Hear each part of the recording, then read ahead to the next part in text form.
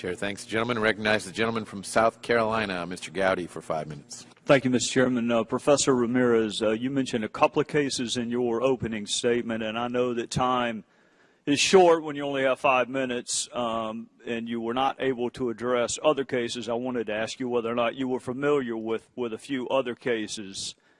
Sandy Rogers and Scotty Richardson from Aiken, South Carolina. Are you familiar with that case? No, sir. How about Roger Dale Rice from Lawrence, South Carolina? Are you familiar with that case? No, sir. Eric Nicholson or Marcus Whitfield from Greenville, South Carolina? Are you familiar with that case? No, sir. Russ Sorrow from Greenville, South Carolina? No, sir. Or Kevin Carper from Spartanburg, South Carolina? No, sir. Professor, those are just a handful of the more than 340 police officers who were killed in the line of duty in South Carolina. And Kevin Carper's case is most instructive because his partner did CPR on the suspect that killed Kevin, trying to save his life. Let me ask it another way. Are you familiar with the case of Ricky Samuel? No, sir. How about Tamika Houston? No, sir. How about Nell Lindsay? No, sir. Miranda All? No, sir. Santiago Rios? No, sir.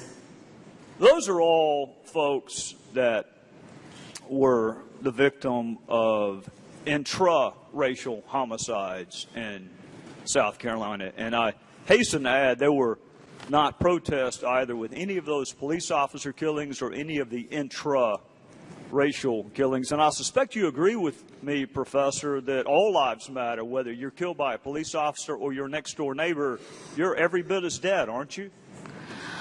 Yes, sir. I actually, as a former prosecutor and someone who's worked with police officers, have the deepest respect for them. So do I. And despite that deep respect, Professor, I still maintain the objectivity of prosecuting police officers who engaged in misconduct. We have a process in place if you don't think you can be fair. It's called recusal, which is what some of us did in every single one of our officer-involved shootings. We recused it to another prosecutor so he or she could make that decision. So there is a process in place. You called for a process. There is one. It's called recusal.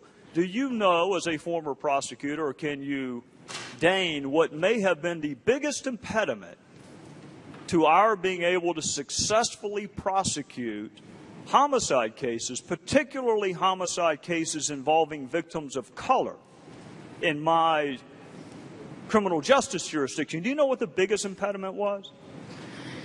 In Massachusetts, one of the biggest impediments is trying to get witnesses to come forward. You're exactly right. You're exactly right. You have a victim of color, and we had trouble getting witnesses to cooperate with law enforcement and prosecutors, which then, as you know, diminishes the quality of that case and your ability to prosecute it, which may result in a lesser plea bargain because you don't have the facts, which may then result in what you said in your opening statement, which is people have a tendency to treat black lives differently than white, when the reality is the case wasn't quite as good. Isn't that a possibility too? For every prosecutor who's out there, this is a serious problem, and you are correct in pointing that out, sir. Right, and it wasn't just me pointing it out, Professor. I happen to have a fantastic chief of police when I was the DA. Fantastic man by the name of Tony Fisher, who happened to be an African-American chief of police. And he lamented the exact same thing you and I are talking about, is the loss of life in his community and the refusal of people to cooperate, even in a drive-by shooting of an 8-year-old at a birthday party. A drive-by shooting outdoors where the whole world saw the car drive by. And nobody would cooperate with the prosecution in the murder of an 8-year-old.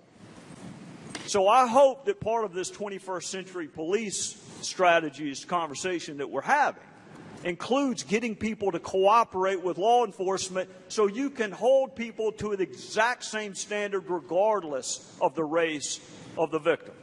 And I want to say this too. I want to thank my friend Ced Richmond and Hakeem Jeffries and others who are working on this issue because they want a justice system that is colorblind. After all, it's represented by a woman wearing a blindfold, so let's go ahead and make it colorblind. And both of those guys have worked really, really hard and will continue to do so, because let me tell you what my goal is. My goal is for witnesses to feel comfortable cooperating. But here's my other goal, and I'm out of time, but I'm going to share it with you. I want us to get to the point where we lament the death, the murder of a black female like Nell Lindsay, just as much if it's at the hand of an abusive husband, which it was, as we would if it had been at the hand of a white cop. I'd like to get to the point where we're equally outraged at the loss of life, and I hope we can get there. With that, I would yield back.